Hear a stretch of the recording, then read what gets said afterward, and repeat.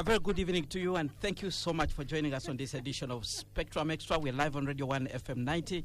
Today being a Friday, we review the major events of the week.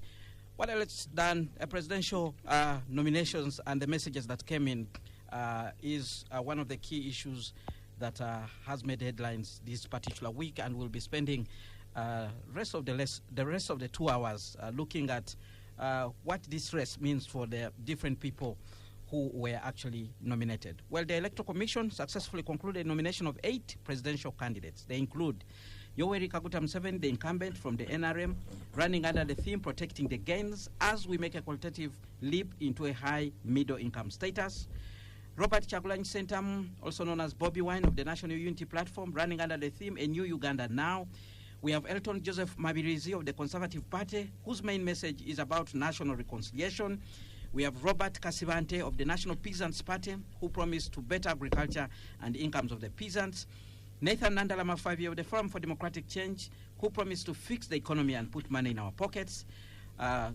Retired Major Greg Mugisha Muntu of the Alliance for National Transformation, who is talking about the change we can trust. Munyagwa Mubaraka Serunga of the Common Man's Party, who is talking about equitable distribution of resources.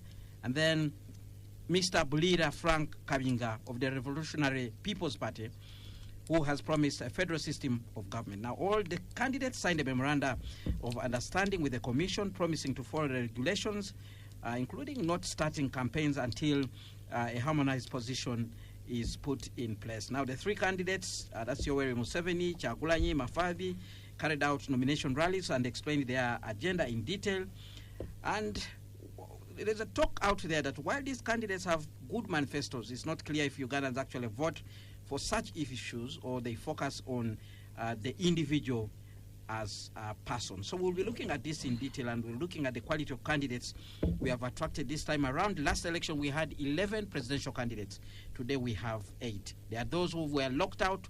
Apparently they did not raise enough signatures. They are also complaining, including Joseph Kableta, who actually says the nomination process was not free and fair. We'll look at the campaign period. Today, the Commission had a harmonization meeting with the agents of the candidates ahead of the campaigns, which are going to start on Monday. And now, there are fears, of course, about violence orchestrated by security agencies.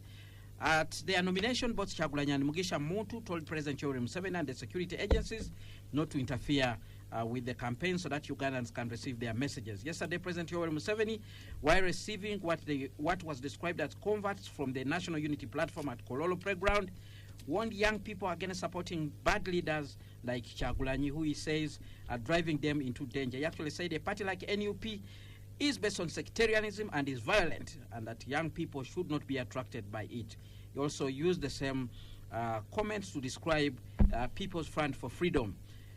So now we know NUP has already told us 30 of its members were arrested during the nomination, and about 3 were shot in the legs. NUP has also complained about policemen who were recorded on video defacing posters of Kyagulanyi in Kampala, Mbale, after a scuffle with its supporters. The police says it has launched investigations into that matter. And today we also got news from the police that they have recruited 100,000 polling constables, which will bring the total number of police personnel to 165,000. The forces, however, insisted that this election will be handled from an angle of joint operation, meaning that the army will be available to support them as dictated by the Constitution. So we'll be looking at the campaign process and how it's likely to roll out. I have a panel of 4, the 3 are already here in studio. Dr. Sarah Birete, Chairperson, Global Network for Domestic Election Monitors. She's also Chairperson, East and Horn of Africa Election Observers Network, and Executive Director at the Center for Constitutional Governance. Good evening, Dr. Sarah. It's a pleasure having you on Spectrum Xtra. Thank you, Kenneth, and the fellow panelists. Good evening. Good evening to the listeners out there. Mr. Egesa Leonard, he's a political and business strategist. Good evening. It's a pleasure having you on Spectrum Xtra. Good evening, Kenneth. Good evening to the listeners and the viewers. Mr. George Musisi, lawyer and member of the National Unity Platform. This man is running for Chira Municipality Parliamentary seat, but is yet to get the flag from the NUP. We hope things turn out the way he wishes. Passes the vetting. It passes the vetting. If they don't give me, who will they give? Yeah, we are quite sure there are people who are vying against you. Who do you know? Anyhow, let me greet the listeners. Good evening. Good evening, the listeners. You forgot to mention to listeners that Sarah and Ronald are dressed like they're already in the middle income. It's only me and you who are dressed like ordinary Ugandans. It's only me and you, Kenneth, who are dressed like ordinary Ugandans. We have taken the first jab. Well, we expect the Honorable Ambassador James Chinobe, who is a member of the NRM Electoral Commission in charge of Central Region, to join us during the course of this discussion. I want to begin with you, Dr. Sarah Birete, if you can kick off this discussion. Nomination of presidential candidates have happened. We have 8 people, all men. I don't know what happened to women. But also another key issue, they all come from political parties, so there are no independents this time around. So the campaigns begin on Monday. And What's they're your all take? Bantu. And they're all Bantu. What's your take about this development? Where are you going with tribal? Well, I will start with a more, gender-specific issue, the absence of women. After 30 years of the Beijing Platform of Action and the 1995 Constitution that properly, enshrines the empowerment of women, the involvement of women, one would have thought that would be dropping several names of women ready to take up the presidency. I know that previously we have had 2 female candidates, Honorable Bet Kamya 3. and Chadia, who is the other? Actually, 4. Nancy Kalembe and then Mary Obote. Okay, 4. Yeah, 4. 4. But they fared so badly. Actually, the trend has been going down. They fared so badly on the campaign trail. Yet women are the majority voters, because our population is 51% women versus 49 men. So what is the question? But we have also had women disappearing from important political conversations on radio talk shows. You can't go beyond 8 names. I don't know whether even 8 reaches. Each time we get to those questions from media, can you list for me the women? Can you list for me the women? And then you're like, but where are they? So I think for me, our agenda needs to hold a conference and discuss what does this empowerment mean, and why is it that we are missing in action on the tables that matter. So I hope that the women out there, we can really have this reflection. And even if the women, and I don't see why we don't have a woman candidate, for example, but even if the women were not running, would they be there number 2, number 3, or we are comfortable with the tokenism, and the appointing authority usually picks the women that are not so strong and assertive. So if you look at the composition of cabinet now, and I know I'm going outside the presidential nomination, we have several women, 44% women in cabinet. But what are their strengths? Most of them are usually the tokenism, the appreciation, or just inclusion card with not much to bring on table. And I think we should reflect on that. Going back to the men that have been nominated. But even before we move away from the absence From the of women.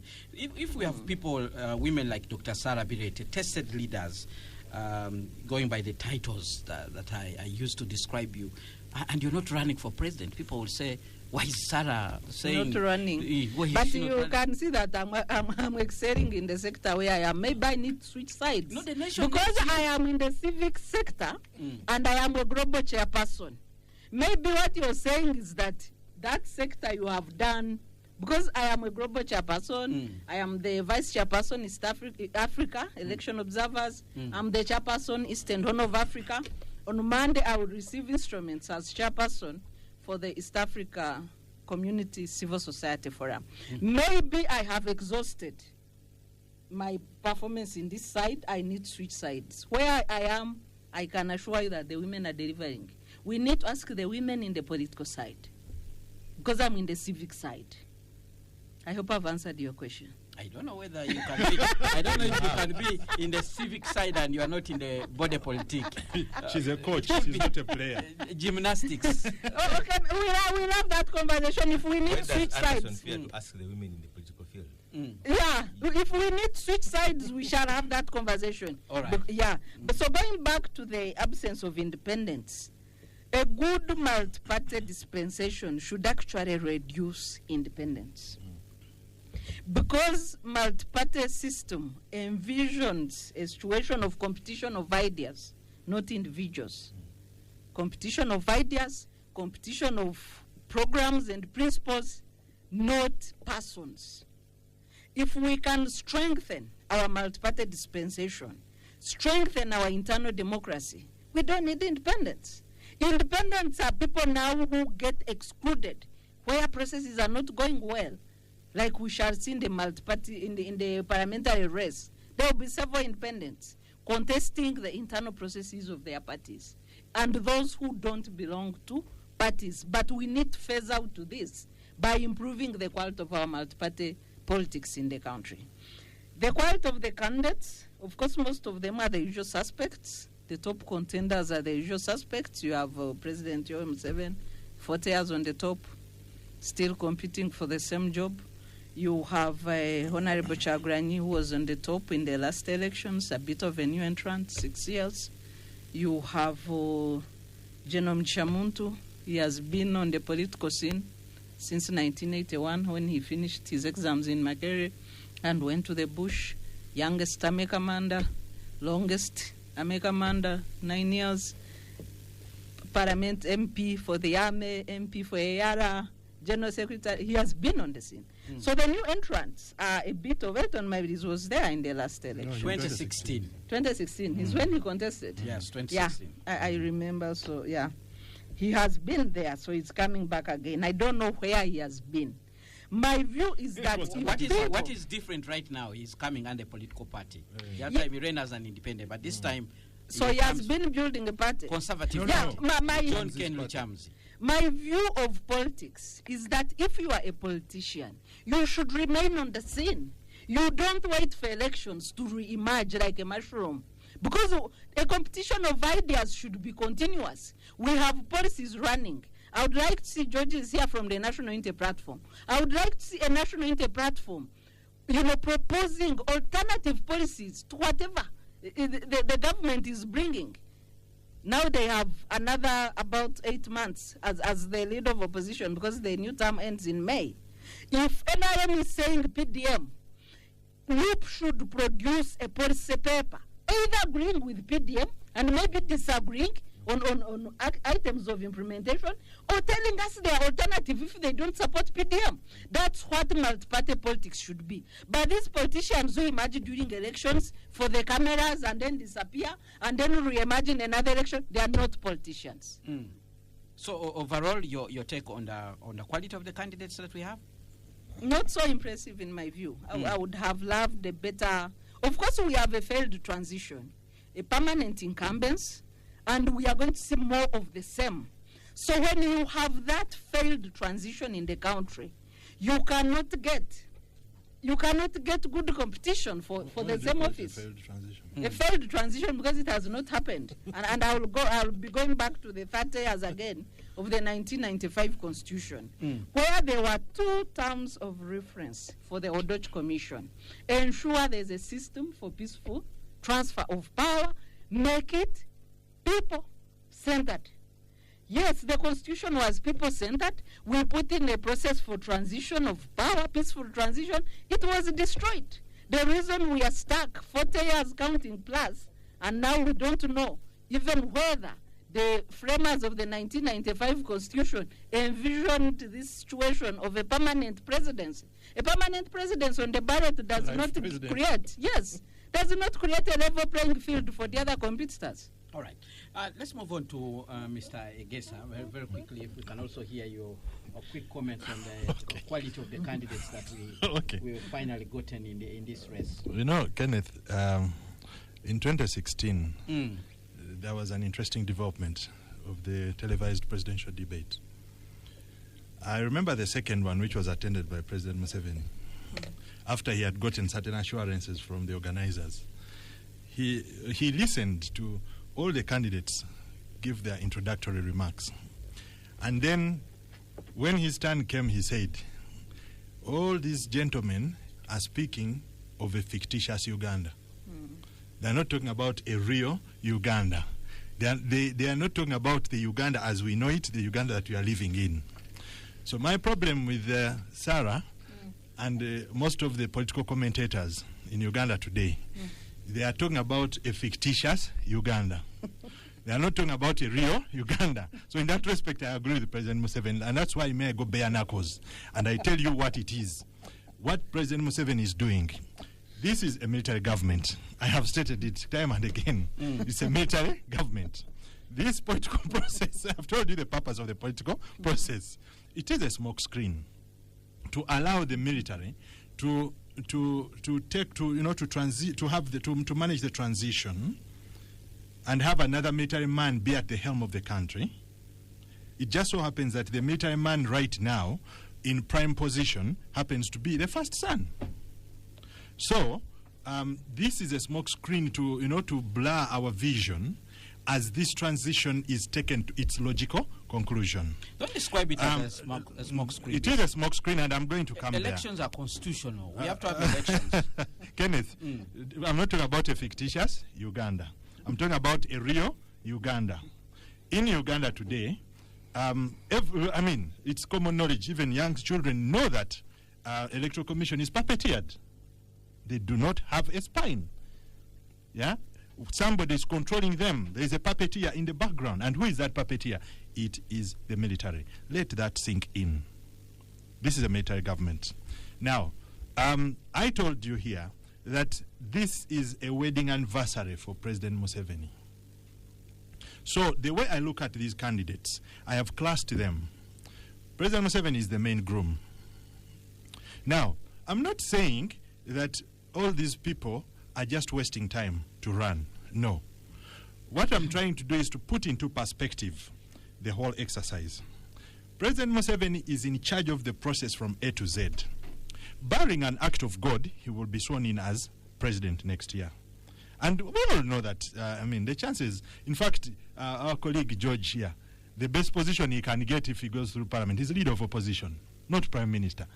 And you will see that even members of NUP, they are also jostling for who will be the next leader of opposition. No, I'm jostling to be leader of government business, and I've informed my party as such.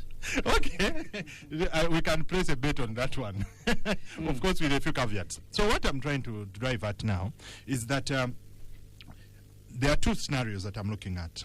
The first scenario, actually three. The first scenario, nothing happens to any of the candidates. So acts of God, out. We move to the election in January. President Museveni will be announced winner. We've seen this movie a couple of times. This is the 7th episode. Second scenario, President Museveni, God forbid, drops out of the race, maybe through an act of God or whatever. Then, what does the Constitution say if one of the candidates dies? Or the Presidential Elections Act? In the Presidential Elections Act, I think if there are more than two candidates, the election continues. So in that we case, have 8. No, any who passes away the election They have to go for renominate. Fresh nominations. Yeah, so there'll be fresh renomination. Yeah, because of the party. And maybe you would find that General Muke might have to come out of the woods and come and contest. Otherwise, you would have to strike a deal with a compromise candidate, a safe pair of hands, who could be General Gregory Mugisha Muntu. We will go with your first position where you said the third possibility is that the election proceeds, but President Museveni decides to pull a Congo Kinshasa on us. Now, this is more of hypothetical. He decides that a third candidate or a fourth candidate is declared winner and is a safe pair of hands. Now, those are the three possibilities that I'm looking at. Putting that aside, these are the categories of candidates that I'm looking at. The groom, that's the first one. The second one, the main opposition candidate, the Honorable Robert Chagulanyi, now he finds himself inadvertently in a best man position. Yeah? So every wedding anniversary, President Museveni has been changing a best man or retaining one for 2 or 3 times. The third category is a conviction candidate, like General Mugisha Muntu. He's a conviction politician, a conviction candidate. He goes into this election well knowing the odds are against him, but he has to make a point. Yeah? And he's standing for certain beliefs that he espouses and that of his group. Yeah? So his main preoccupation is not removing President Museveni from power. So I class that one as a conviction candidate. He actually says that is his main No. You talk about transition, orderly transition, and he's also talking about systems. Change you can trust in. Yeah. So he's not talking just about one individual. Yeah. Then the next category of candidate is the negotiators. So you have candidates like the Honorable Nathan Nandala Mafabi. He's running in this election. Now, this is my analysis, and time will vindicate me or crucify me. The Honorable Nathan Nandala Mafabi, the FDC candidate, is running in this election to prove his political value so he can go to the table and negotiate after election with the NRM. Yes. He's not running to win. No. He's running to negotiate. Those are the negotiation candidates. There is also a set of candidates bringing nonsensical value in the election. Which candidate am I talking about when I say nonsensical value? You have a candidate whose names rhyme with the names of Robert Kyagulanyi. Robert Kyagulanyi is the biggest threat to President Museveni. This candidate is only there to bring this nonsensical value. That you see, Robert Kasivante and Robert Kyagulanyi does not sound similar to you as an educated person. But me, I've been in elections, and I can tell you the quality, the literacy levels of our people. They will just say, this P is the same as this P here. Robert. So a person will even cram the name Robert. And the moment they come across it, they will tick Robert. They don't even know how these people look like. Yeah? So that one is put there for purely nonsensical value. Is a candidate of the deep state. So these are candidates who are given signatures by the deep state. They come and contest. Then you have candidates, and then of course there are people even like Joseph Elton Mabirizi. Those are on gig candidates. Joseph Elton Mabirizi, the Mubarak Munyagwa, those are on gigs. They're running gigs. That, okay, there are maybe a few Pentecostals who will only vote for a Pentecostal. Go and vote for this candidate. There are a few people who will say, no, for me, I cannot vote a candidate who is not a Muslim. Give them a candidate. There are those who will say, no, I hate Robert Kyagulanyi because he said this and this, I don't like it, or because he has been associated with LGBTQ people and blah, blah, blah. All these kind of sentiments. So the deep state manages these, manages to come up with these candidates, give them gigs, and they run. Now, there are those who are complaining who did not manage to get the gigs. Because they failed the audition. All right. The deep state put them on audition, they failed. Spectrum Xtra Radio 1 FM 90. We're going to go for a break now. When we return, we'll be hearing from Mr. George Musisi, whose candidate has been put in a position of a best man by Mr. Ronald Egesa here. Keep your comments coming via the WhatsApp line 0703-090-090. We will sample them during the course of this discussion. But let's go for that break now. Stay tuned, Radio 1 FM 90, because Spectrum Xtra will continue after these messages. Well, we're glad that you're still with us on Spectrum Xtra, reviewing major events of our week. We are focusing on the presidential candidates and their key messages. These presidential candidates will be coming to you starting on Monday to try and send their messages to you across to campaign in the different parts of this country. They had a meeting with the Electoral Commission today to agree on the schedule so that they don't clash in the field. And we'll be also looking at what this campaign trail is likely to look like, given the constant fears that we have about election violence, but also restrictions on the freedom of assembly, as has been the case in the recent past. The guests in studio today, we have Mr. Egesa Leonard, who is a political and business strategist. We have Dr. Sarah Birete, who is the chairperson of the Global Network for Domestic Election Observers. She's also chairperson, Eastern Horn of Africa Election Observers Network. She's also the executive director at the Center for Constitutional Governance. Also in studio, Mr. George Musisi, a lawyer, member of the NUP, who is vying for the Xtra municipality parliamentary seat. Now, let's hear from you, Mr. George Musisi, about the quality of the candidates we have this time around. Well, I would classify the 8 candidates into 2 groups. One, 5 of them have been actively participating. That is the NRM, the ANT, the candidate, the FDC candidate, the Peasants. National Peasants Party. Peasants, at least he has been around, and of course the NUP candidate. And then there are the seasonal ones, to paraphrase Sarah's words, the 3 who have come in. For whatever motivations, be it what Ronald has called the gig economy or otherwise, but they are clearly seasonal. Like Elton John, who fizzled out after the running in 2016, and then appears again. The gentleman called Kasibante, I think that is for Session Managers Party. I think he was even the party president was campaigning for Tanina Murali. We are actually told there is a process to impeach her. Party members want her to be removed. And then there's the other gentleman from Buli, that is from another party. So those are the seasonal ones who seem to be mushrooming. And I don't think, whereas I'm for any person having a right to have a go at a presidency, I also think that the presidency is such a serious job that a person shouldn't shoot out of the blue. And by out of the blue, I'm not saying that a newcomer shouldn't be coming. We've seen newcomers like Senator Obama, who had been a senator for less than 4 years, and shooting to the presidency, or the NUP president, who had been an NMP for less than 3 years and shooting the presidency. However, I'm talking about a person who ran a campaign like Elton John, and then you disappear for 10 years, and you can't be traced. So I tend to think that it could be running for other reasons apart from putting up a shot at the presidency.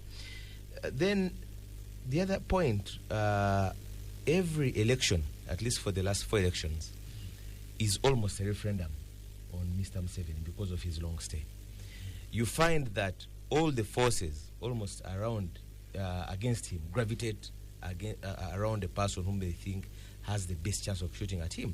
And that's why I think that has formed the decision for some hitherto strong parties like UPC being wishy-washy towards the election. You know that towards the nomination, they were not sure whether Mr. Honorable Jim Akan is going to run. Our brother Joseph Ochieno was saying he's going to run, and eventually no one gave it a shot. Of course, DP, I'm sure they don't know where they are standing. Their party president says, I'm supporting one person, but it's a party decision to make. I don't know at what point the party will make a decision when we already have nominated candidates. So clearly it's just posturing. And then, of course, other political players who have chosen to be wishy-washy, taking a stand. Ordinarily, I would think that every political party should be taking a stand, because this is a general election. If a political party cannot take a stand in a general election, then where will you do? Where will you take a stand? I don't think there's any political party worth its salt we should not have a decision on who to support, because you are in an election. Even if you don't have a coalition, at least say our aspiration. Because if you're a party and some are even fronting parliamentary candidates and otherwise, how can you not have a stand at a national level where the presidency is the biggest office in this country? Are you saying that you'd rather be in parliament where you don't know who best represents? Or you can even take a stand and say all the candidates, none represents our interests. That is also a stand. I hope you're not talking about the Democratic Front. No, I'm talking about many of them. Of course, many of them. I find it illogical that a political party in a general election cannot take a stand, because in bigger democracies, even media houses take stands that this person they endorse. Yes, they endorse, because a political party should be in best position to say, out of all the available candidates, this one represents our interests better, even if you don't have, or none of them does. That is also a stand. Back to the other point I was making, that because every election turns out like a referendum, all the other issues that the interests of which some of the candidates could be either be sponsored for or otherwise tend to go to the back seat. That's why Sarah was saying that we've had 4 women running. How comes no woman has commanded a woman block vote? Because the women don't come to the vote at that vote to vote for a woman. They come to vote for either status quo or otherwise. We've had Pentecostals before Ronald. We had a pastor in the last election, Mr. Kabuleta. I don't think he gathered half of the Pentecostal votes. But he didn't say he was a candidate for the Pentecostals also. Neither did I say that. I said he is. He's a pastor. You are assuming that he would be voted You don't for. know that he's a pastor? He's masquerading as a pastor. Well, I know he's a pastor. I don't know whether I don't want to go into his character. But the question is, I know he runs a church, and I know he's a pastor. So the point I'm making that the religious, the tribal sentiments tend to take a back seat, and it becomes a referendum on who is the best person to either. That is why in 2016, we even had a coalition of big parties getting less than 3% of the vote. The coalition collapsed before election. No, they had a candidate. They had a candidate, and they had a candidate. At least they didn't pull out the candidate. They had a candidate who garnered less than 4% of the election. Why? Because possibly the members of those parties did not go along with what their leaders have said. So, for me, regarding the quality, I still think that it goes back to the presidential race is a representative of our politics as it is now. All right. That at every stage, you get serious players, you get the jokers, you get the gig people, to use Ronald's words, at every stage, be it at parliamentary level, in our politics. There are even parties which are propped up for gigs, like you may know. So it's a representative of our politics as it is, and I think that even the voting trade will be representative. All right. I want to stay with you because you come from a political party, and your message as a political party, your candidate is running under the theme, a new Uganda now. But there are some people actually saying NUP is not serious when it comes to issues of policy. The people are saying they might not even be having a manifesto, you know, those kind of things. Why is NUP in this race? Well, apart from saying it's a political party that should compete for power. Well, there's a big number of Ugandans who are only good at talking. That's especially who are only good at commenting at others who are doing something. I can provide some context. When Dr. Kizza Besigye was contesting with General Mugisha Mondo around 2011 for the presidential flag of FDC, the number of Ugandans who kept on saying, Dr. Besigye is too angry. If Major Muntu is ever given a chance to run, I'm sure he would have all the elites vote. 10 years later, General Muntu was on the ballot. Those elites, some of whom were even well known, didn't go out to say anything. Now, when it comes to policy position, even in the last election, we enlisted a number of policy positions, some of which I still publish on our website. But the very lazy TikTok Ugandans who only analyze things on TikTok videos keep on saying that, but your NUP has no policies. Actually, I tell people that to get a policy, you don't, for a political party, you don't even need, even if I hired Ronald here, by Monday you can have a policy. Let me make my point. Even AI can give you a policy a statement in policy position. There were a number of other Ugandans who kept on saying at some point when the Justice Forum former president was running, Mr. Chibiga Mayanja, they kept on saying, Chibiga Mayanja has the best policy alternatives. And the question would be that even a Bedbonica used to say something. And the question was, then why don't you gravitate towards him? So the issue is regarding our platform or the manifesto with which with the policy positions we're going to run under for this new campaign. Those ones are going to be they're going to be launched sometime early next week because we've not launched our manifesto yet. But however, the theme that we are running under is a summation of what we want to envisage. That we want a break from the Uganda today, and it's you cannot have a manifesto in a theme. Even people who say protect the gains, it's not a manifesto. It's a summation of what their thinking process. It gives you a snippet review about what is likely to be in the manifesto. Okay, what sneak peek is there in protecting the gains? Protecting the gains. Well, when they explain that, they tell you one of the gains they have is security, and they will tell you that one of the things they are going to focus on is to ensure that security continues to prevail. But all that you are saying is not in the statement. So I'm saying, and I'm also telling you, if you are listening, Anderson, and I'm surprised you is closer to me, is not listening, that a new Uganda now means a break from what is happening and in a number of fronts. And I'm saying when you talk about policy positions, they are going to be outlined. some of which have been even highlighted at Natete just the other day, that we are focused on issues of rule of law. And I'm giving you an opportunity. Okay, to you listen then, if you are giving me an opportunity. Let me. We are focused on issues of rule of law and the administration of justice in this country. We are saying that there has been a deliberate downward spiral of our country on issues pertaining to rule of law. We are focused on fighting the runaway corruption that we think that is deliberately impinging service delivery in all across all sectors.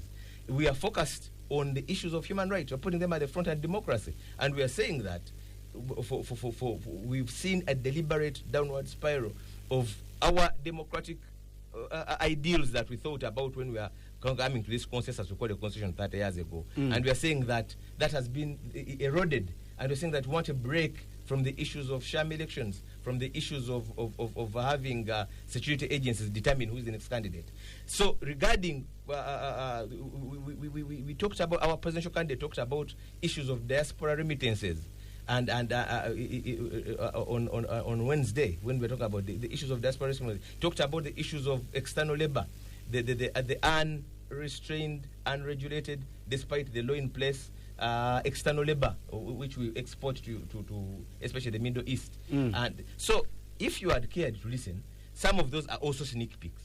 However, the policy, the official policy position, which regarding what are you going to do on taxation, what are you going to do, how much money are you going to put in agriculture, all those are going to come out when the manifesto is launched.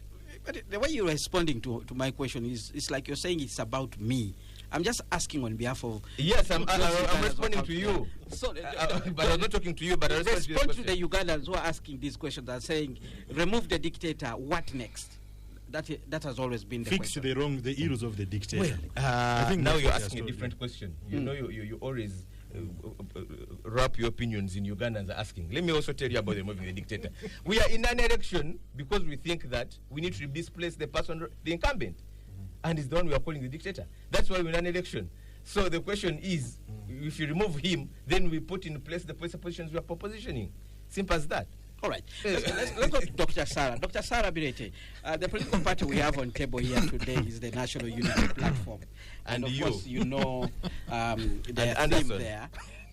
Their candidate in the last election, garnered 35% of the total vote. Although he maintains that he was cheated, and President Yoweri Museveni... Don't you know that? President Yoweri Museveni garnered 58%. He also says he was cheated. So that means if you were to advise NUP in this run 2026, what kind of advice would you give them to go to another level? Well, first of all, NUP over the 5 years has tried to mobilize open offices, including the one opened today in Imbarara. He has deliberately missed out that highlight. Yeah, so they've tried to mobilize really, because I don't know why Mr. Musisi wants me to speak on behalf of his political party. I thought that's why he's here. He wants to give you a But gig. let's continue. Yeah. And, so the business. If you continue like that, I will ask Mr. Gesa to actually protect me. Proceed, Dr. Sarah. The business of political parties is to market their ideas amongst the population. And the best way they can access the population is to actually reach out, have these offices, and have mechanism that reaches to the grassroots. So I think to some extent, maybe about 70%, I don't have data, George will help us. I think they have offices, and about 70% countrywide in the regions, in my estimate. So they've tried to mobilize the people, to find the people where they are, not just being an urban Kampala, Buganda party like the regime portrays them to be. So having said that, how do they then need to push their message down to the people? Because as much as we have challenges in the electoral processes, context-wise, because you have what I guess is called a dictatorship, you have a context.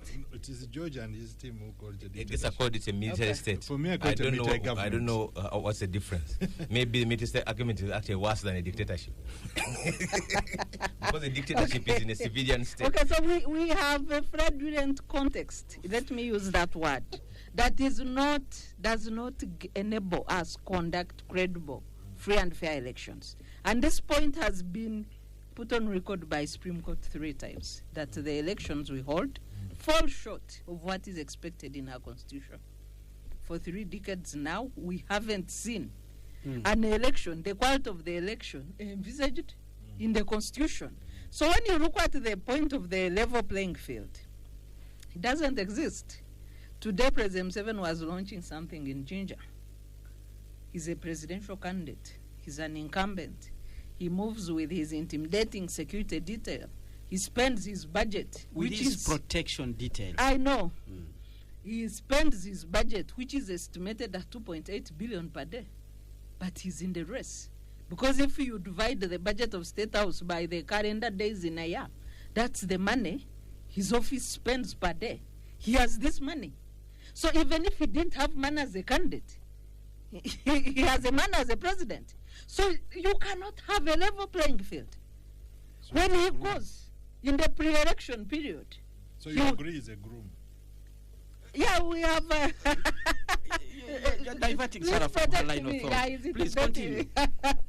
So even in the pre-election period, he went all over the country campaigning under the guise of inspecting PDM beneficiaries, campaigning up to the village person in the pre-election period. Even if today he doesn't go anywhere, he concluded his campaign using taxpayers' money. So that is the level playing field that does not exist. For Honorable Chaguranyi and others, I consider really, and my apologies to the other candidates, really, I consider really a race of maximum 3 people. The rest are, yeah. Who is the third person? I would consider General Munte a serious contender, although he doesn't have the big numbers as Unup. Has he finished building structures? He will speak for himself. Right. But in terms of seriousness, I look at a race of 3 people. Because General Chamuntu, by his character, is a serious personality. So whether he has now structures or whatever, I don't know. I'm not updated about his party. But so I consider this race between President Museveni and National Unity Platform in terms of numbers. General Muntu comes in terms of competing ideas. So that's for me where the race stops. These other people, Kasivante, whoever, no. Yeah. Maybe they are trying to introduce their parties. I don't know what they are introducing. They are introducing their names. I don't know. But for me, if somebody is a politician, it should be a full-time work. It should be a full-time job. We don't do politics as a gig. So you have not responded to my question. I asked you what kind of advice would you give NUP? So I don't know what kind of advice you're talking about. Because what do we expect in this unleveled playing field that I've described? But they're in the race. I know. So the race, they are in the race, but the ground is not leveled. What are the obstacles for NUP? Maybe I discuss that. Okay. Because they will battle with security as usual. They've been battling with security even at their headquarters, even in Imbale, wherever these skirmishes during nomination. They will continue to battle with security.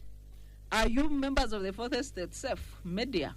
We saw your colleagues battling with security in Kawempe. So we are going to have this battle with security. Today things might seem normal. Nomination was normal. I don't know whether it's true that people were given SFC guards instead of police. I think that would be very abnormal because SFC There were police. Yes. Each presidential I candidate hope they are police. 16 policemen. They were in police uniform. Okay. If I'd say that. Okay, policemen, at least it didn't go to SFC because there was they that. were given security in police uniform. Okay, let's keep it at that. So we are going to have these running battles on a campaign trail. All right. That's why every candidate in their maiden speeches was saying, allow us, as if they are seeking permission. Keep away and allow us to access the people. Because that's the battle. Accessing the people is the battle. So NUP must find its way about accessing the people. Well, I'm surprised you as chairperson of these networks that do election monitoring. I actually thought you were going to advocate for an issue-based campaign, and maybe you were going to convince political parties to focus on issues that matter to Ugandans. There are issues coming through parties. President Museveni is advocating for continuity of what he has been doing. That's why his slogan is protecting the gains. I don't know whether he wants to address the challenges, because the slogan seems to be one-sided. Well, yes. he also points out. I some wish of they the had challenges. added while addressing challenges, because they are Anderson is better dressed to take back that message. Because He's they are- the Major Chinove in this flag. because they are glaring challenges over the 40 years. So they need to amend their slogan and say protecting the gains Yes, taken. while addressing the challenges. Let me tell So you, you have- some of the challenges I had President Yoweri Museveni talking about in Kololo, issues of free education. He says in the next tenure is going to be so tough. All children must be in school and At the cost of 7,000, I think it's a mockery. at no cost. At Then, the cost of 7,000 per term, then he talks about when he corruption. feeds on 2 billion per day. Then he talks about corruption, going to tackle corruption head on. He says corruption in districts and all levels must be fought. Then he talks about increasing investments in the country to create jobs for the many youth and so forth. Yes, I saw it yesterday a clip from the national broadcaster saying he's going to be tough on education. I thought that as usual they are going to say he's going to be tough on corruption. You know, there is in politics, talk is cheap. For President Museveni, we want to see action. 40 years is not yesterday. I'm just a few years older than 40 years. It's a long time. We need action. Talk is cheap. All right, so that's President Yoweri Museveni. Yes, the others are proposing reforms to cut down the size of government, reforms for better social health and health care. But if you scan through NUPA and the ANT, they are talking about an efficient government in terms of service delivery infrastructure, where we have a crisis of collapsing infrastructure countrywide. They are generally coming in with a reformist approach, So with they- a more pro-people approach in their manifestos. So for the other people who are out of power, we can take their word. But for the incumbent, we need action. All right, let's go to Mr. Gesa. You also, your take on the same issue. Are you also dismissive? Advising, no? I don't want you to advise Noop. You've looked at the platforms of these different political parties and the things they're talking about. You see, Nathan Andalamafabi, the one you say is going to go on the table to negotiate, is talking about money in your pockets. How will they Kenneth, put it the there? jokes in Uganda write themselves. so when Sarah was submitting, I couldn't help laughing because when she mentioned the NRM is telling us a one-sided story. They're saying protecting the gains, but they forget that the reason why the anti-Museveni sentiment is very strong is because the challenges are so glaring. And they just want us to wish away those challenges. All right, so Yeah? what kind of challenges do you think Mr. Museveni would need to address? Kenneth. Corruption. Yeah? Actually, for me, the challenges, I sum them up into one thing. We are now under the doctrine of Musevenism. Now, I can give a lecture on Musevenism for 24 hours, non-stop. And I will tell you, the moment you are a visitor in Uganda and you land in the country, I can now tell you about Musevenism. That is the biggest challenge we have to deal with. Musevenism is espoused in every fiber of Ugandan society. When you leave the airport and you start driving towards Kampala, using the old Entebbe road, you will find there are no street lights. There are sections of that road that are not lit up. That is Musevenism. You will see vehicles entering petrol stations through exits and exiting petrol stations through entrances. That is Musevenism. Why? I have told you here before that for me, one of the things that I believe in, the theories I believe in management and leadership, is that organizations tend to take the character of their CEO. Organizations are modeled around the chief executives, and what the chief executive stands for is what will usually filter through up to the lowest person in the organization. Now, looking at the polity Uganda, you will see that the behavior of Ugandans today reflects the way President Museveni runs cabinet, the way President Museveni goes about public affairs, the management of public affairs. Yeah, Musevenism is seen in corruption. President Museveni, yeah. So so when you tell me you give him a donation budget, don't you? How does he get it? Through a compromised parliament. Through parliament. A bloated, compromised parliament. Yeah, President Museveni has demystified the institution of parliament, and I have explained this why he had to do that. You see, the title of this book, Dictators, the Dictator's Handbook, there is a statement why bad behavior is almost always good politics. Yeah, and President Museveni is the poster child of that statement. All right. His bad behavior turns out to be good politics in the sense that it has kept him in power for 40 years. Right, Spectrum Extra on Radio 1 FM 90. Let's go for a break now. When we return, I'll give Mr. Gesa an opportunity to land his point, but also go to Mr. George Musisi from the National Unity Platform. We were expecting the Honorable Retired Major General, the Honorable Retired Major Ambassador James Kinobe to join us, but it seems he has not made it. He's a member of the NRM Electoral Commission. Nevertheless, we'll continue with the discussion, but also look at the comments that are coming in from the WhatsApp line 0703 090 090. Well, we're glad that you're still with us on Spectrum Extra, live on Radio 1 FM 90. 3 panelists in studio to review the major events of the week, but we are focusing on the presidential candidates and their key messages. We will also be looking at the campaign period, what is likely to transpire on the trail. Dr. Sarah Birete, Chairperson, Global Network for Domestic Election Monitors, Chairperson, Eastern Horn of Africa Election Observers Network. She's also Executive Director at the Center for Constitutional Governance. Mr. George Musisi is a lawyer and member of the National Unity Platform, vying for Kira Municipality Parliamentary seat. And Mr. Egesa Leonard, who is a political and business strategist. My name is Kenneth Anderson Lukwago, your host. Keep your comments coming via the WhatsApp line 0703090090. After this round of discussion, I will be reading out some of the comments. Mr. Gesa, before we went for the break, you're still on the microphone. You need to conclude your submission, and then we move on to Mr. George Musisi. You had challenged me to highlight challenges of the NRM's regime. And I told you that the challenge is Musevenism. Now, Musevenism is, rampant in this country, in every fiber of our society. Musevenism is seen in absence of systems and values.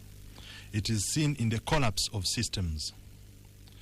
You see, the best example I always give is that in 1984, for those who are around and were active or keen observers of the political scene in Uganda, they will tell you that in 1984, at the height of the NRA rebellion, the Milton Obote government of Uganda People's Congress was still able to provide social services that were of an acceptable standard.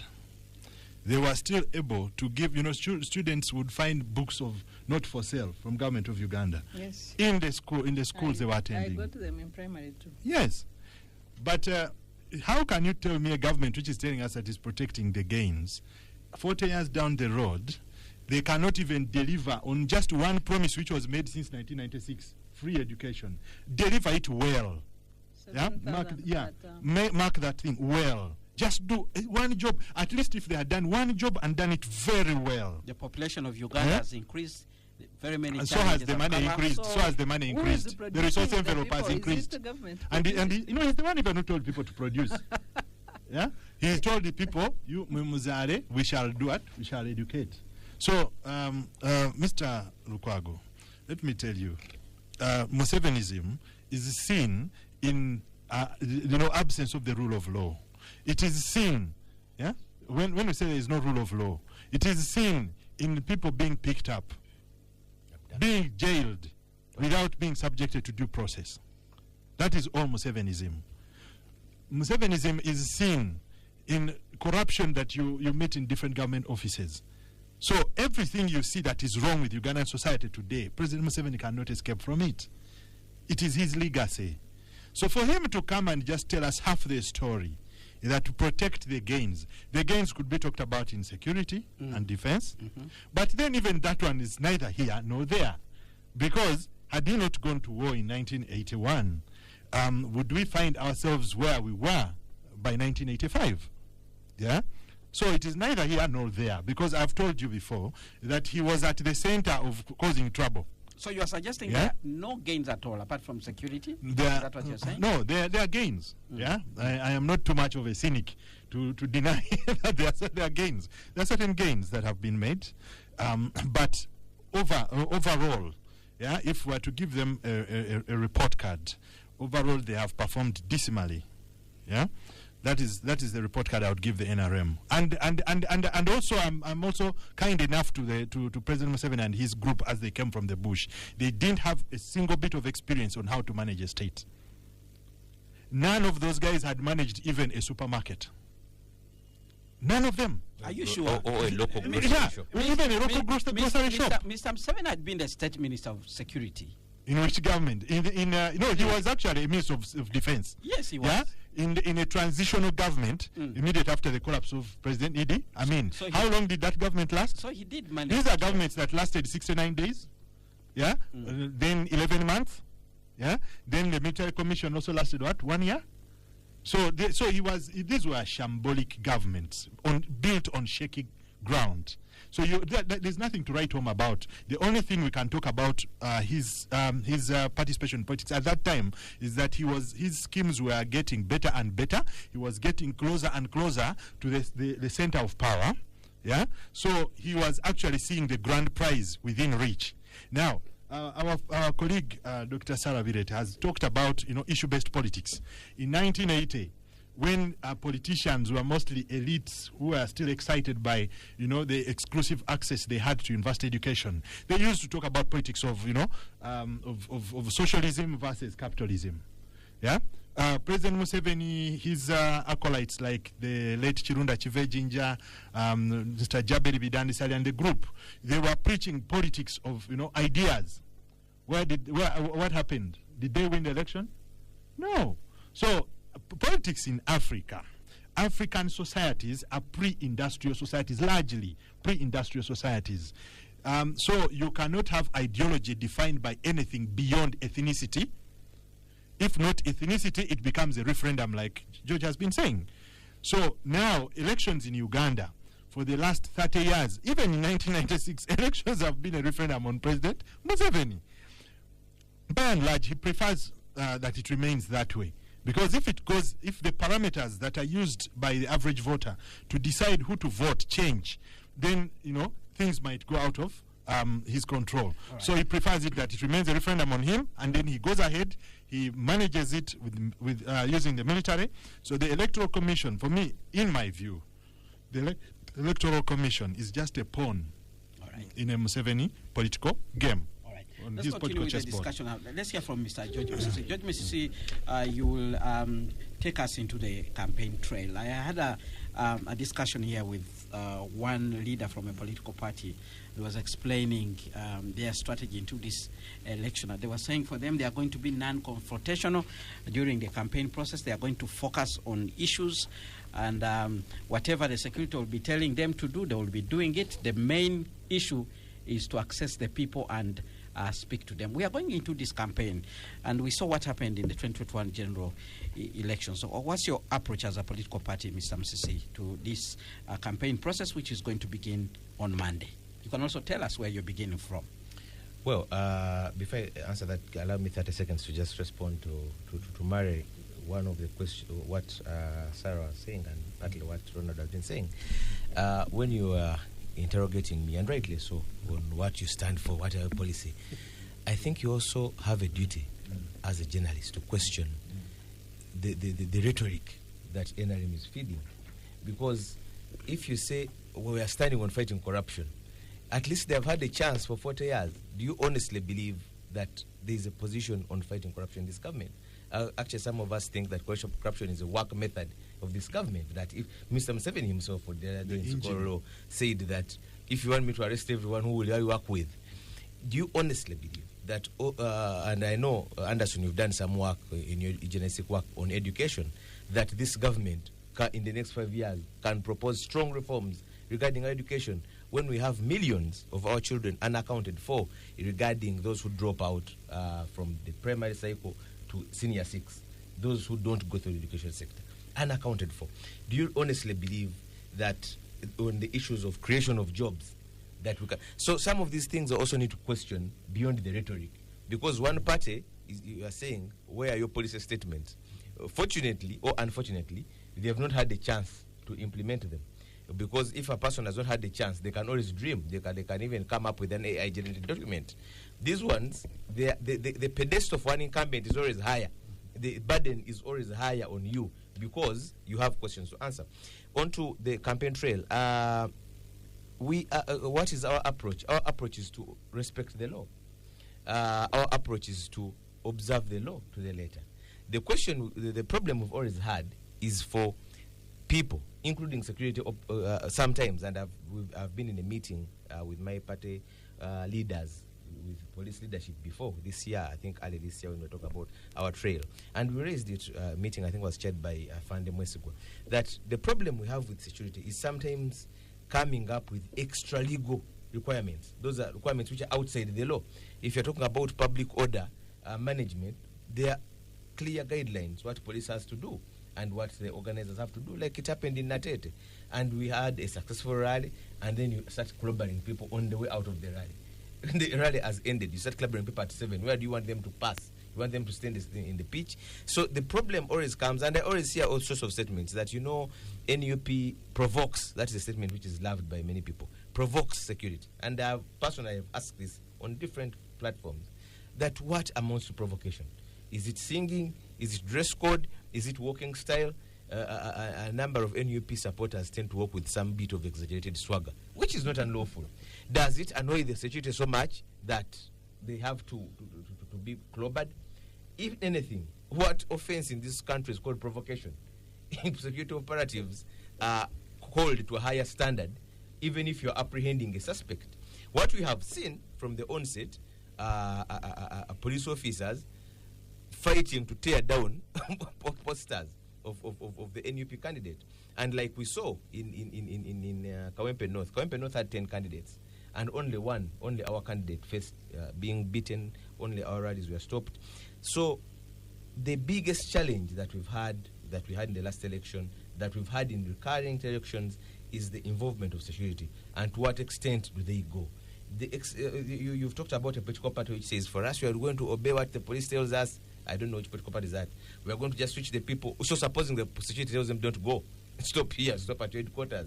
So the question is, and this message goes to, you earlier talked about the meeting that Afande Biakaga, the IGP shared, talked about. Recruitment of police constables. I entirely agree with Ronald's statement of summarizing our country as descending into military state. One of the criteria of a military state is for the military to do the simplest of things. Why should even arresting an unarmed civilian call for the army? If the other day I was going to Natete and all checkpoints were being manned by the army and a few police officers, the question, the constitutional requirement, first of all, gives different functions for police, different functions for the army. And the coordination that you talked about is on particular issues. However, has police failed to do its civil obligations that even ordinary policing of civic political activities has to call for the army? The biggest issue is that the leaders tend to think that it's the army which can solve each and every problem. That is why it's not only about politics. You'll find them in agriculture, you find them in internal affairs, you find them in every aspect of civic, ordinary things which should be civil. So the approach is, and our presidential candidate made it quite clear at Natete, that we are going into the campaign to take the message to the people. We are cognizant of the legal mandate within your operating. We are also not naive to the practical realities that Sarah talked about, that the terrain is full of people, because any person who challenges, and I'm talking about putting up a serious challenge, not the gig economies that Rona talked about, will be contesting with the state. You'll be contesting with the DSOs, you'll be contesting with the generals, with DPCs, with even other DCs and other civil servants. That's why even private radio, like we saw in the last election, which you have even paid for, another DC can order for you to be taken off the air. A private radio station, which you've paid with airtime paid for. So we know that the approach of many of our security parties is to look at every opposition as an enemy of the state. So you've just talked about a meeting that you've had with the police. That was earlier. It wasn't Earlier, regarding this campaign. It not was regarding our this campaign. nationwide tour. Nationwide tour. But we are told there was an harmonization meeting Yes, today. with the EC. But also the candidates were signing a memorandum of understanding with the Electoral Commission on adhering to the regulations and rules. What are some of the things that are being limited there? Of course, the legal requirements are quite clear. When every candidate presents their schedule, the Electoral Commission, and the intention is to ensure that there is no clashing in terms of both venues, dates between candidates, and even when from our precedent of last time, even when we had that schedule, sometimes security revoked it. Like for instance, the one which led to the deadly November 20 riots. The Luka venue where our president was arrested from, he was supposed to be there on that day. So the issue is, it's not about people not respecting either memorandums, because we know what the requirements are. The meeting today was supposed to harmonize the agendas, the venues, and the programs, for the tentative programs, because they can always change for one reason or the other. Do you know where you're starting from? We are starting from Busoga early next week. The venue will be communicated by the weekend, but we are starting from Busoga. That's where we'll launch our platform, our manifesto from. All right. Let's go to Dr. Sarah Virete. Dr. Sarah Virete, we are now looking at the campaign trail. Of course, there are concerns that you had even begun talking about, and Mr. Musisi brings in the aspect of the military, something that Mr. Gesa also talked about. But as a person who heads an organization that looks at the Constitution, you are aware of the argument that police has always put across, that when it is necessary, they will invite the army to actually support them. It's twisted. First of all, let's hear from you. What are your thoughts about what is likely to happen on the campaign trail? One is that we expect violence in areas where opposition has more support than NRM. That's we have been doing, first of all, scenario mapping for elections as civil society actors, not just the Center for Constitutional Governance. We are observing the hotspot areas, most of them found in Buganda and Busoga for this election, just like the previous election, and for obvious reasons, because those are strongholds of the opposition leading party, the National Unity Platform. So in these hotspot areas, the only exception is Sembabule, which is a NRM dominant district, but with the strong factions, all of them trying to demonstrate who has more power than the other, strong families, strong generals, and all the lunacy that happens in that election in Sembabule. It's another hotspot district on top of the opposition strongholds. I want to go to the issue of the army, which is the elephant in the room, really, in Uganda's politics, in Uganda's governance trajectory.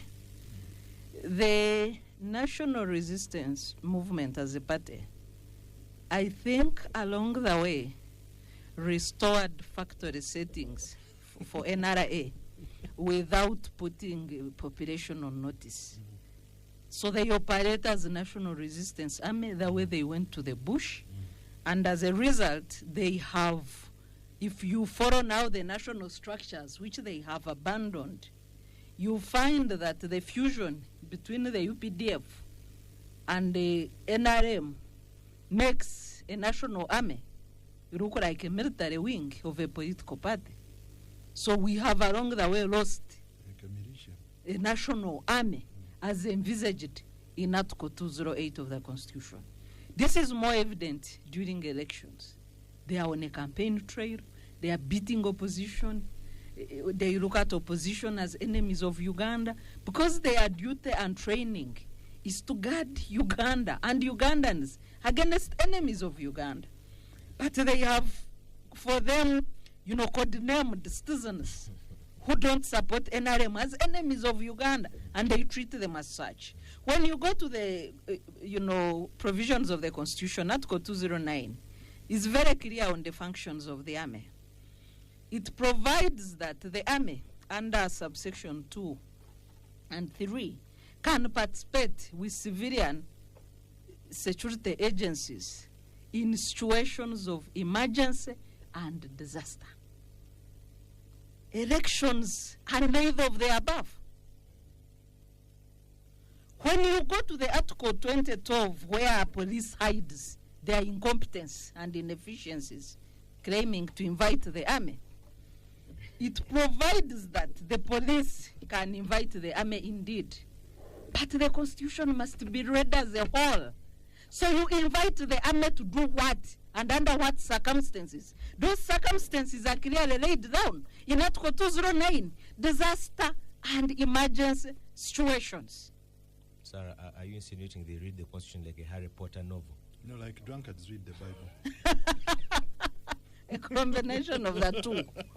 They have vulgarized policing and matters rule of law in this country through this deliberate misinterpretation of the Constitution. Because these are intelligent people. The Constitution is written in very simple English. So you cannot say that IGP Byakagaba and his team, or even the previous IGPs, cannot read the two articles together to understand where the army falls and where it doesn't fall. They do. The same army has leadership. And I want to underscore the fact that the army is the only institution whose approvals and accountability were left out of, like police, where directors go seek approval of parliament. It was left out of the people, the citizens' leaders, because the people in our democracy are represented by parliament and the MPs. But parliament never approves the appointments of the army. It never approves any decision of the army. They stop at making laws. So the day-to-day running of the army is in the hands of the president, who Article 98 defines as the commander-in-chief and fountain of honor. But also Article 99 adds that the presidential authority is derived from protection of the Constitution. So when the president fails to protect the Constitution, we need to question whether he has locus to exercise that presidential authority while failing or abrogating the Constitution. All right, let's hear from you, Mr. Gesa, on the campaign trail. Campaigns are beginning on Monday. Kenneth. Had NUP starting from Busoga. Those are wedding anniversary rehearsals. So I cannot even talk about the messages to be put out there. I think my colleagues have prosecuted what is going to transpire on the campaign trail very well. I have nothing useful to add. It's the same script. I want to just remind you, the day all doubt was removed from the kind of state we are living in was the day of Tojikwatako, when the military came and took over the people's house. If you had in your mind any doubt that this is a military government, that was the day. For me, that is the day. You see, let me tell you, Kenneth, I had not participated in any election until 2016. So 2016, I decided to become very active as a voter. I voted from president. I voted the late General Benon Viraro. I voted the Farmers Party candidate. I voted Kampala Road Mayor Elias Lukwago. I voted the current speaker of KCC. I voted her as a councillor for my area, and she's actually a childhood friend of mine. I voted at all levels, including local governments. But after the 2017 debacle, I removed all doubt in my mind that this is a military government. So, so this is a military government, because the military showed you where the power lies. All the pretense was taken away. They came, and actually Parliament was overrun that time. They beat up MPs like they're beating up rebels. Yeah? And they went home. Nothing happened in this country. That's when I knew this is not a serious country. I got to realize that all these exercise of elections, other than, of course, giving some people jobs at different levels by the presidential, which has not been changing, it's a facade. So at the presidential level, it is a pure facade. It is a pure comedy. There is nothing useful to come out of it. Like I said, the only chance of change we have through this presidential election is through an act of God. If not, it could be out of benevolence and maybe, gimmickry by the sitting president. If he decides to do what happened in Congo, all indicators show that this is the most popular opposition candidate, but maybe because you do not approve of him, you decide that number 3 or number 4 will be announced winner. So he can make a selection. Other than that, there cannot be a change through this presidential election. So for me, Are you confirming Honorable Mao's statement? Yeah, I agree, because I said Norbert Mao is an honest man. Honorable Mao is an honest man, but he was just an excited page boy announcing what the happenings on the wedding are. All right, Spectrum Extra on Radio 1 FM 90. Let's go for a break now. When we return, we'll look at some of the comments that are coming in from the listeners as we continue to wrap down the discussion on the presidential candidates and their messages, but also the campaign trail ahead of the 2026 general election. Stay tuned, Radio 1 FM 90. We continue after this. Well, we're glad that you're still with us on Spectrum Extra live on Radio 1 FM 90, reviewing the major events of the week. We're focusing on the presidential candidates nominations, their key messages, and also the campaign trail. My guests this evening include Dr. Sarah Birete, Chairperson, Global Network for Domestic Election of Monitors. She's also the chairperson of the East and Horn of Africa Election Observers Network and executive director at the Center for Constitutional Governance. Mr. Egesa Leonard, political and business strategist, and Mr. George Musisi, lawyer and member of the National Unity Platform Party, vying for Kira Municipality parliamentary seat. We have a number of comments coming in. I'll begin with one comment from Ambassador Chintu Nyago, who says, please inform lawyer Musisi that in most mature democracies, as say India, Britain, South Africa, etc., most parties don't compete for state house. Actually, most are only regional or local or focus on local issues. That's a comment there from Ambassador Chintu Nyago, who is listening to us. We have a couple of comments actually coming in from the listeners. David Ricina said the civic space has more of the talking and subjective criticizing characters of this world, like Dr. Sarah Birete, when in actual sense their space is much more dirty and tainted with veiled graft than politics. And then Birete is aware she cannot win an election in Uganda, however leveled the ground may be. Somebody actually thinks you cannot win an election even if... Before I contest. Yeah, I don't know. Why doesn't he wait for then me? We have when Emma in Namasuba. The mess in Uganda's politics is so frustrating that only consolation one gets is that in 100 years none of us will have a trace on this beautiful land. Then another comment, Anderson, indeed, Leonard Egesa is a pessimist who is largely occupied with falsehood. His analysis on political matters leaves a lot to be desired. If he also decides to contest, how will he describe himself? Please stop being callous to our presidential candidates. Wamai Charles listening in from Mbali City. I wonder what will... I know he's the presidential candidate. Will describe you as a bodyguard. I don't know what you read his name.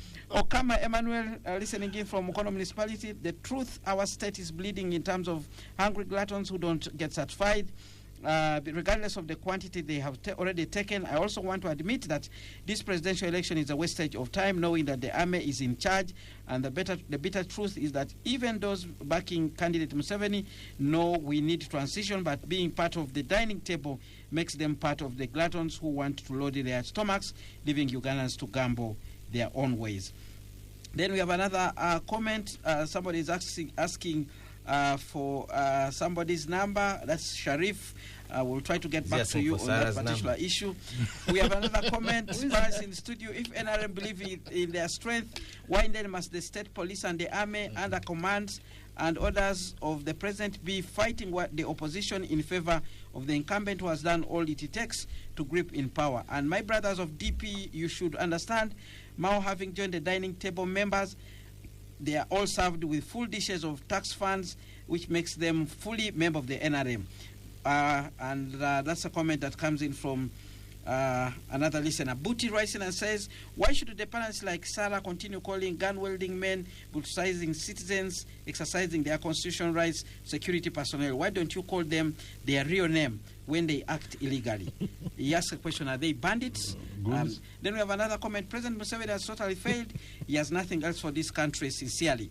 Another comment, I think I speak for many Ugandans when I say that we basically see no value in the presidential elections. The winner is known before the elections begin. Maybe that's why women aren't contesting, because they don't want to be part of the circus. Thanks to all the speakers today, clearly on point, and I love how Ronald has no filter. My question is, what can be done to turn around the deep mess Uganda is now in, and yet we have hope of changing the ruling government? That's a comment from Brenda there. Another comment, there is a gender gap among the candidates recently nominated, as women are missing out. Why doesn't women like Dr. Sarah Birete with all credentials grab the opportunity rather than leaving ridiculous like somebody who, instead of going for a nomination, ended up entertaining one who had successfully got nominated at Kololo? I wouldn't agree more with Mr. Gesa's assertion. Among all the presidential candidates, Mr. Museveni is only on the validation exercise to justify what will happen come January 2026, while the rest remain in election alone as best men and peg boys.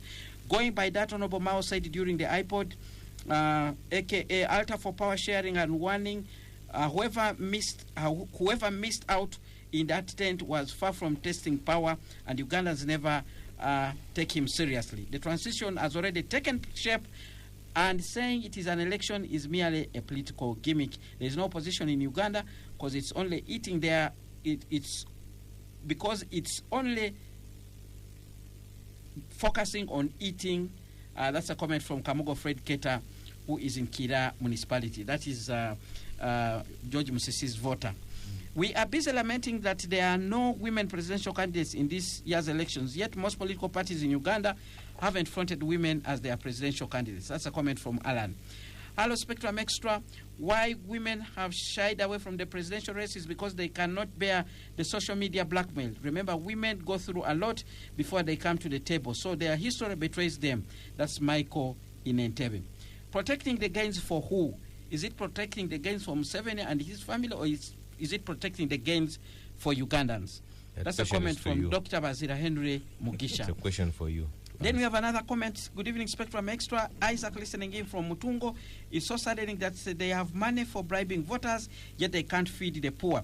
We are convinced that politicians are the solution of our problems, yet in actual sense, they are our problem. Long ago, Mr. Museveni used to say that he wants to rule for a short period of time and go to take care of his cattle. Little did I know that Ugandans were his cattle, and all these candidates are all jokers who are aiming at the big posts after the elections. Well, there are so many other comments, but we'll be reading them during the course of this discussion. Dr. Sarah Birete, I want to begin with you. Any responses you want to give to our listeners? No, I don't think so, but I will largely comment on the issue of women as a woman actor in the governance space. Yes, women are highly averse to violence, and our elections are so violent. But I don't think that's the reason per se, because that they keep away. But they're also very good. They're very careful with their money. Women in Uganda don't gamble with money. So are you saying our elections are for gamblers? No. Yeah, you see, the election, the result is predetermined. So women in Uganda spend where they do. They follow the doctrine of take a cent all over. Yeah, they are. But do we have the women who can actually run for the highest office? Of course we do. We do. We do have several women. I mean, really, you can list them. But that's why they are not interested. Somebody was suggesting that you are one of them. You have all the credentials. I said that I came to this space as a civic actor. When I switch sides, people will be notified accordingly. So I want to keep it at that. Yeah, but when you look in the political spaces, we have had conversations as to whether the current multi-party system has been good for women. Because as you see, from the time Uganda returned to multi-party politics, the women started disappearing from the political scene.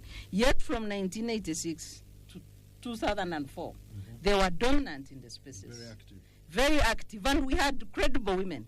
Today you can say parties have women. I mean, really, we have the big spots, vice president, speaker, prime minister. But why do we feel like we are not represented? Those ones are put there out of tokenism. True, yeah. They have not Now, grown. the current crop of, the Museveni Bazukulu are Sire Queens. They are dancing themselves away on a weekend like this one. They're actually not interested in politics.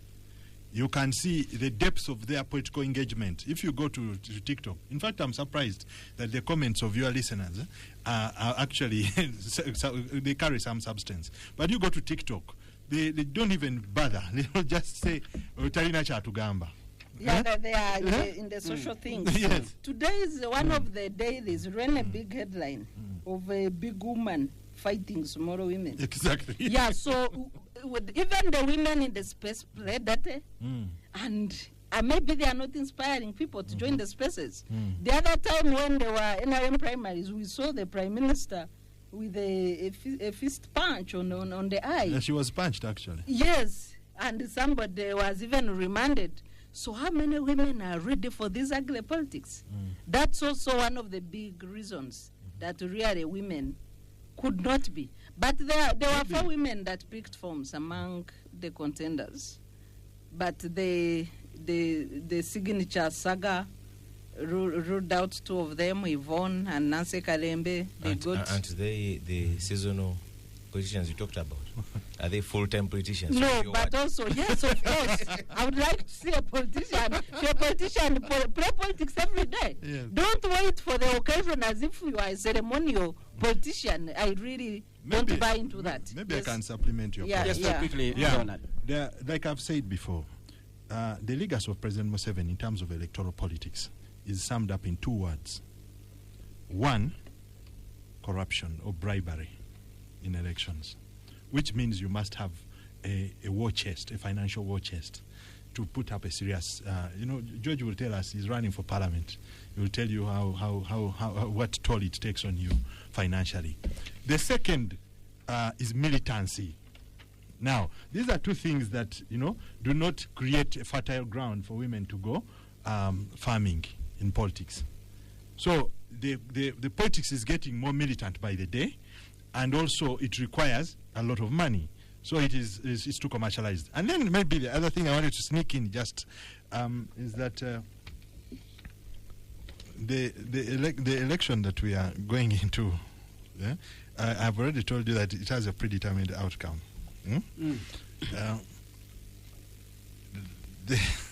No, let's go to I'll bring it up later. I don't know why you're scared to say that. No, that's George, not do possible. you want to respond to some You want to comments read from the listener? results? Well, just one. No, I think, developed second thoughts. just one from my good friend and elder Ambassador Chintunyaku, saying that even the bigger democracies, there are people, smaller parties. Yes, I agree. They don't necessarily run for president. Yes, and the caveat there is that they have regional or local issues, maybe like the Green Party or so on and so forth. The question to some of our other actors here, whom and I want to deliberately quote Ronald's words, our gig actors, is what issues are they running on? And that is a question for everyone to know, because the question we are saying that some actually have no issue to run on. Lusania. Maybe it's a Lusania issue. Yes. So that's the only issue that, although the bottom line as a firm believer in constitutionalism is that they may be just exercising their right as individuals to run for president. All right, we have the schedule that has come out that has been agreed upon by the candidates and the Electoral Commission following that meeting that we had. I can see Yoweri Museveni Tuabura Kaguta of the NRM is going to start his campaigns on Monday. He will be in Munyonyo and Makindye. We have the national... we have this candidate from NPP, which is the National Peasants Party. Kasibante Robert is going to be Mitiana and Kasanda.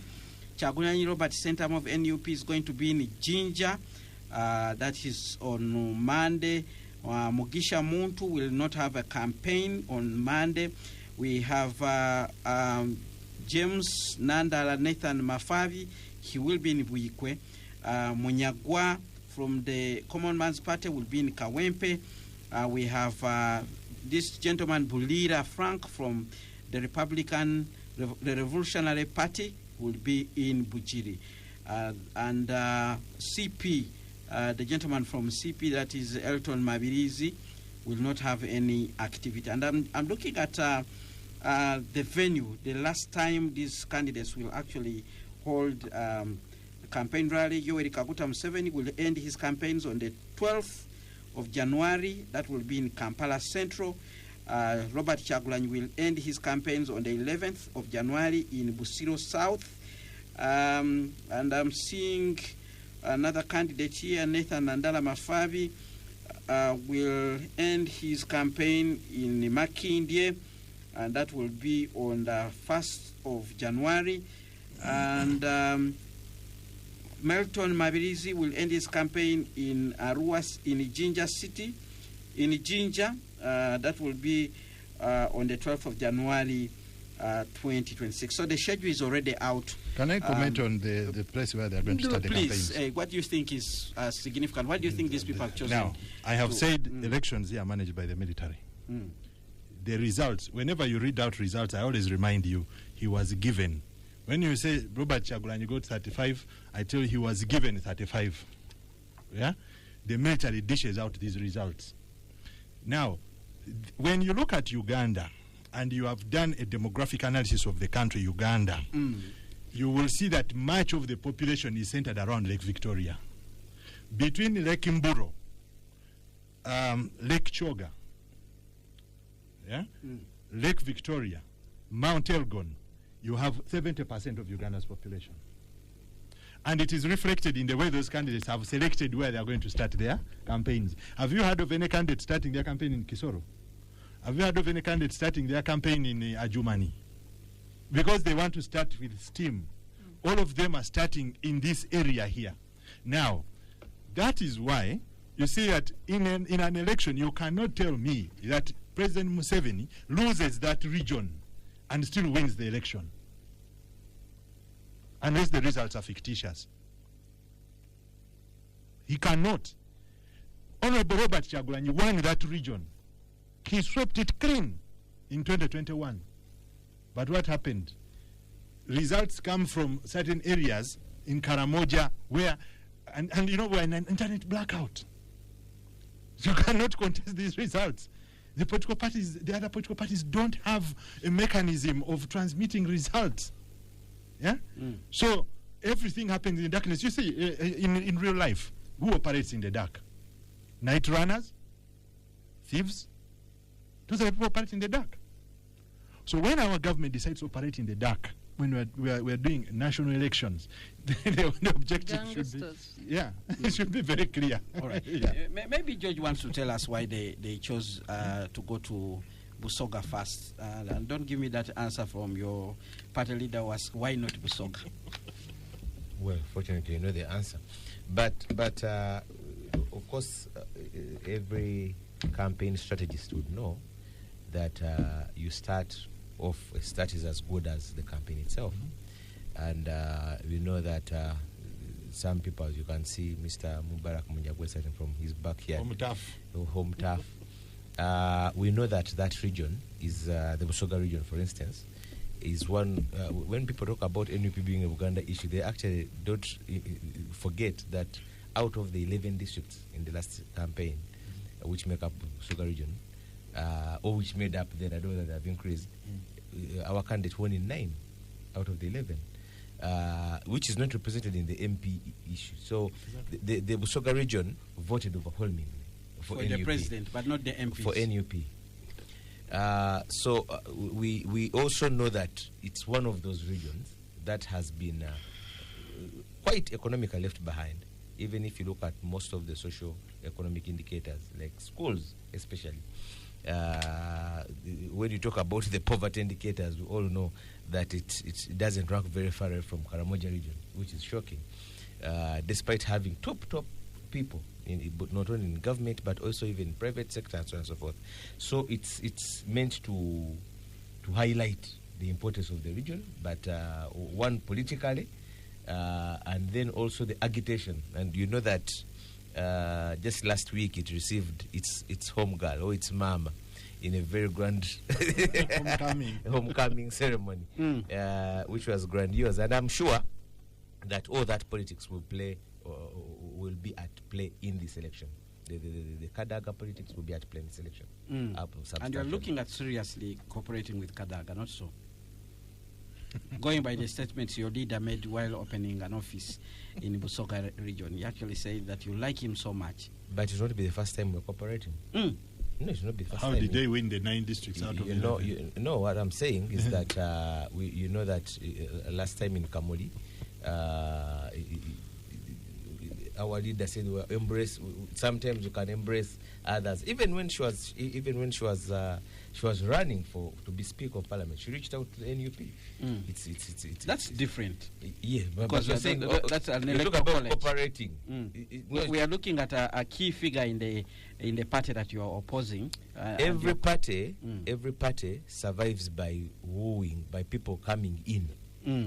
Otherwise, if a party doesn't woo other people, are you going to be with only actors of only your members? Yes, we're wooing other people. And our leader made a public statement in Iganga saying that we are ready to welcome her. It was public. It's not a secret.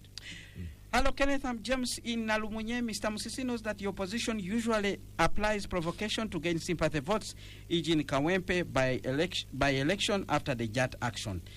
We have another comment. Geoffrey Bill listening in from Lira City. I totally agree with Dr. Sarah and Mr. Gesa. President Museveni will never allow any of the contenders, especially Bobby Wine, to campaign freely. Jimmy Akena was even sidelined. This is all General Museveni's trick to rig the election. Another comment here, Samuel Mary listening in from Namlondo Zone in Buyagerere. Can I thank you for the program? Sincerely speaking, Mr. Museveni and his people have nothing new for Ugandans. 40 years down the road, where he has failed. We need new blood. That is son of the soil, Robert Chagulanyi Sentam. Greetings to Honorable to be Chida Municipality, Councillor George Musisi. Read that with a smile. Don't read that with a tough face. Reminds me when Honorable Sejiri Nyamei, Soul Rest in Eternal Peace, used to call radio program and say, MP to B, Kawempe South. North. Kawempe North, and it came to pass. Kauka, listen again from Kigunga Inset says Museveni is a normal thing when someone is president. Every politician is fighting for power. Museveni already has opposition supporters like Kinandala Mafabi, Robert Mao, and others. You may remove Museveni, but removing corruption will be another matter. Museveni made Betty from opposition.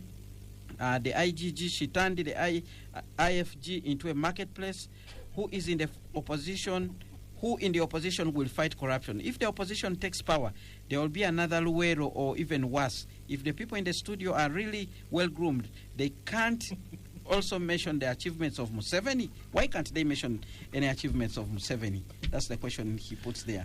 Everything for Ugandans is not yet achieved or gained in terms of social services, so what gains are we protecting or celebrating? We have another comment. For me, protecting gains in a country where many people are very poor sounds like they are protecting personal gains. And we have another comment from another listener here who says, why must Museveni government start implementing programs towards the season of elections, if not just trying to fool Ugandans? And following the visit of Nabanja in Mukono Hospital and Kayunga Hospital, why do they target opposition areas, telling people due to having opposition leaders, that's why the services don't reach them? Leaving the areas NRM has MPs also in the same situation. And why should police and army be involved in elections that they don't protect? I hope they don't protect the corrupt. Then another comment here, Egesa is a political comedian. Does he think the voters don't understand what they want? Instead of guiding his novice Kabobi on what to speak as a president, he seems to be trivial. Well, those are the comments that we're getting in from the listeners. There's a gentleman who said that the opposition is always seeking sympathy. And he gave an example of Kawempe North. And I always want, for instance, Kawempe North was played out on the camera, the brutality played out on the cameras. Our candidate was beaten right after nomination. Journalists were clobbered. Were they seeking sympathy? But then the question I always give to those people who say opposition provoked to be beaten. Since NRM seriously wants to win this region, why don't they clobber NRM candidates such that they can be voted? let them just instead leave opposition to campaign, start beating up on the candidates such that they can be voted out of sympathy. Simple as that, then you'll have the region. All right. Now, gentlemen and ladies, we are coming towards the end of this discussion. We need to wrap it down, and I want to begin with you, Dr. Sarah Birete. What would be your take-home or way forward, your concluding remarks as we come to the end of this discussion? Uganda is at crossroads in matters governance, constitutionalism, and democracy in general. The rule of law has collapsed.